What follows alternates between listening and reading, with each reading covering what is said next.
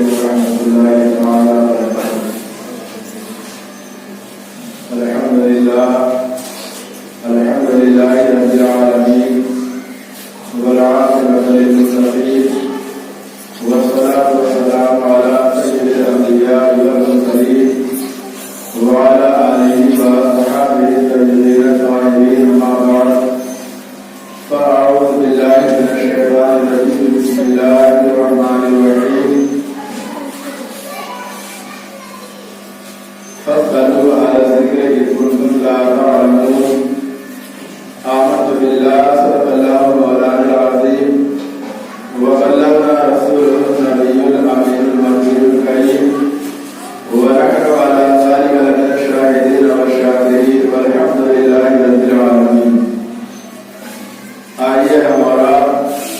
کچھ سننے اور سنانے سے قبل آقائے نامدار، مدینے کے تاجدار، دونوں عالم کے مالک و مختار جناب محمد رسول اللہ صلی اللہ علیہ وسلم کی بارگاہ میں نہایت ہی عقیدت و احترام کے ساتھ درود و سلام کا نذرانہ پیش کریں۔ پڑھے اللہم صلی علی سیدنا مولانا محمد وعلی آل سیدنا مولانا محمد وآلہ وسلم۔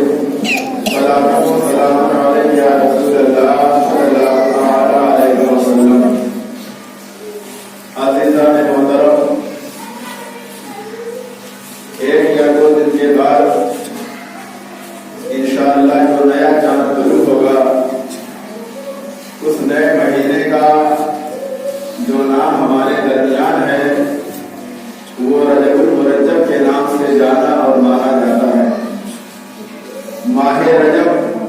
بہت ہی فضیلت والا مہینہ ہے، اس میں بہت سارے واقعات ہمیں دیکھنے اور سننے کو ملتے ہیں۔ اسی رجب کی 6 تاریخ کو حضور سلطان الہند حضور خواجہ غریب نواز رحمۃ اللہ تعالی علیہ کا عرس بھی منایا جاتا ہے، اور اسی مہینے کی 22 تاریخ کو حضرت امام جعفر صادق رضی اللہ تعالی عنہ کے نام کی نیاز دلائی جاتی ہے، جن کو ہم اور آپ کوڑے کی نیاز کہتے ہیں۔ اور اسی ماہ رجب کی 26 تاریخ کو جب شب آتی ہے، رات آتی ہے، یعنی 27ویں رات جب لگ جاتی ہے، تو یہ رات تو اتنی عظیم ہے کہ اسی رات میں ہمارے اور آپ کے آقا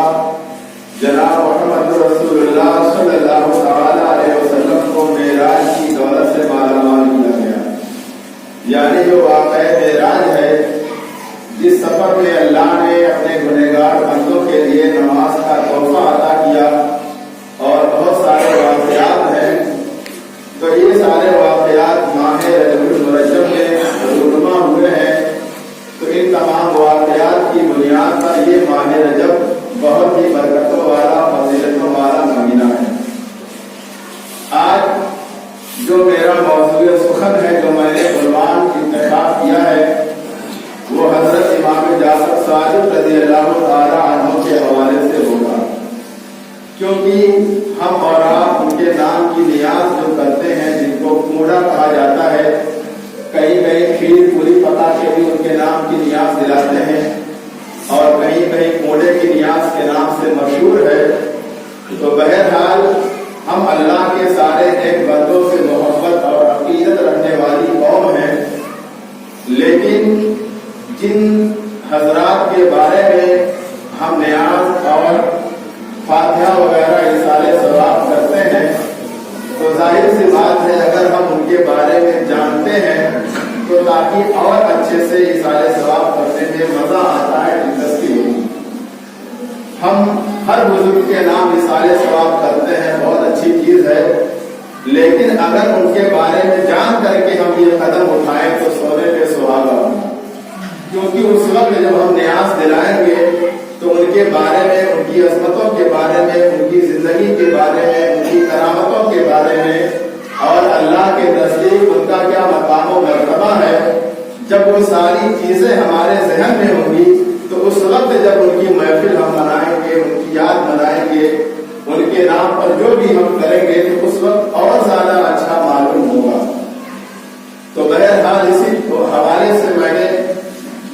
موضوع کا انتخاب کیا تاکہ حضرت امام جعفر صادق رضی اللہ تعالیٰ عنہ کے نام پر جو کوڑے کی نیاز ہوتی ہے، اکثر ہماری قوم ایسی ہے جو نہیں جانتی ہے، بس امام کے نام پر جانتے ہیں اور لوگ کوڑے کی نیاز دلاتے ہیں۔ تو آج جان جائیں تاکہ اس وقت جب آپ 22 تاریخ کو کرائیں تو آپ کو مزہ بھی آئے اور آپ کے اندر اور شوق پیدا ہو کہ ہاں میں بھی حضرت کا یہ سارے ثواب یا ان کی نیاز کرا رہا ہوں۔ تو امام جعفر صادق رضی اللہ تعالیٰ عنہ، آپ کی ذات اتنی بلند ہے، آپ کا مقام و مرتبہ اتنا بلند ہے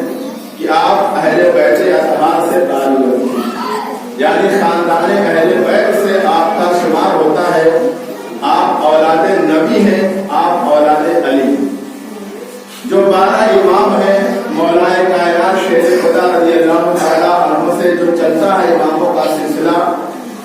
اس اماموں میں آپ کا مقام 6 نمبر پر آتا ہے، یعنی آپ 6 نمبر کے امام مانے جاتے ہیں۔ تو امام جعفر صادق رضی اللہ تعالیٰ عنہ کے والد کا نام امام محمد باقر رحمۃ اللہ تعالیٰ علیہ، ان کے والد کا نام امام زین العابدین رضی اللہ تعالیٰ عنہ ہے، اور ان کے والد کا نام امام حسین رضی اللہ تعالیٰ عنہ ہے، اور ان کے والد کا نام مولا کائنات شیر خدا علی مرتضیٰ کرم اللہ تعالیٰ وجہہ الکریم ہے۔ تو اب آپ اس خاندان کا تذکرہ دیکھیں اور ان کی عظمت کا حوالہ خود آپ ملاحظہ فرمائیں کہ جو نسل اولاد علی سے چلی ہو، جو اولاد علی ہو، اولاد نبی ہو، اس کا مقام، اس کی شان ہم اور آپ کیا بیان کر رہے ہیں۔ امام جعفر صادق کی اگر کوئی بھی بات نہ بیان کی جائے تو آپ کی عظمت کے لیے یہی بات کافی ہے کہ آپ اللہ کے محبوب کی اولاد سے، یعنی آپ اولاد نبی ہیں، اولاد علی ہیں۔ آپ کی فضیلت کے لیے بس یہی ایک بات کافی ہے، لیکن اس کے باوجود بھی آپ کی زندگی کے بہت سارے واقعات ہمیں دیکھنے پڑھنے کو ملتے ہیں۔ امام جعفر صادق رضی اللہ تعالیٰ عنہ کے والد گرامی امام محمد باقر رضی اللہ تعالیٰ عنہ، میں اکثر بیان کرتا ہوں کہ کسی کی شخصیت کا جب آپ اندازہ لگائیں تو تھوڑا سا 2 قدم پیچھے ضرور آیا کریں تاکہ ان کے والدین کی زندگی ہمارے سامنے روشن ہو جائے۔ یہ میں اکثر کہا کرتا ہوں، اس لیے کہ جب والدین کو ہم دیکھ لیں گے تو اولاد خود بخود سامنے آ جائے۔ تو امام جعفر صادق رضی اللہ تعالیٰ عنہ کے والد گرامی امام محمد باقر رضی اللہ تعالیٰ عنہ، آپ کا مقام و مرتبہ بہت بلند ہے، آپ آل رسول ہیں، آل نبی ہیں۔ ایک مرتبہ ایک نابینا شخص آپ کی خدمت میں حاضر ہوا اور عرض کرنے لگا، اے محمد باقر، میں نے سرکار صلی اللہ تعالیٰ علیہ وسلم کی حدیث سنی ہے کہ آپ صلی اللہ علیہ وسلم نے ارشاد فرمایا ہے کہ بنی اسرائیل کے جو انبیاء ہیں، جو نبی ہیں، وہ میری امت کے علماء کے، یعنی میری امت کے جو علماء ہیں ان کے برابر آئے۔ بنی اسرائیل یعنی جس میں موسیٰ علیہ السلام نازل ہوئے، یحییٰ علیہ السلام نازل ہوئے، اور بھی انبیاء کرام مبعوث ہوئے، تو وہ جو قوم ہے بنی اسرائیل جو اس میں نبی آئے، تو بنی اسرائیل کے جو نبی ہیں، آقا نے فرمایا کہ جو ان کا مقام و مرتبہ ہے وہ امت محمدیہ کے جو علماء کرام ہیں ان کا مقام و مرتبہ ہے۔ تو یہ بہت اہمیت کی بات ہے کہ کہاں نبی اور کہاں عالم، لیکن اللہ کے رسول نے اپنی امت کو، تمام امتوں پر یہ فضیلت عطا فرمائی ہے کہ جو بنی اسرائیل کے انبیاء کا مقام و مرتبہ ہے وہی مقام و مرتبہ میری امت کے علماء کرام کا ہے۔ تو اس آنے والے نابینا شخص نے عرض کیا ہے، محمد باقر، یہ حدیث تو میں نے سنی ہے لیکن اس کا مطلب میں پوچھنا چاہتا ہوں۔ تو آپ نے کہا کہ اس کے بارے میں تو کیا پوچھنا چاہیے؟ اس نابینا شخص نے کہا، مجھے یہ بتائیں کہ اس وقت کے جو نبی تھے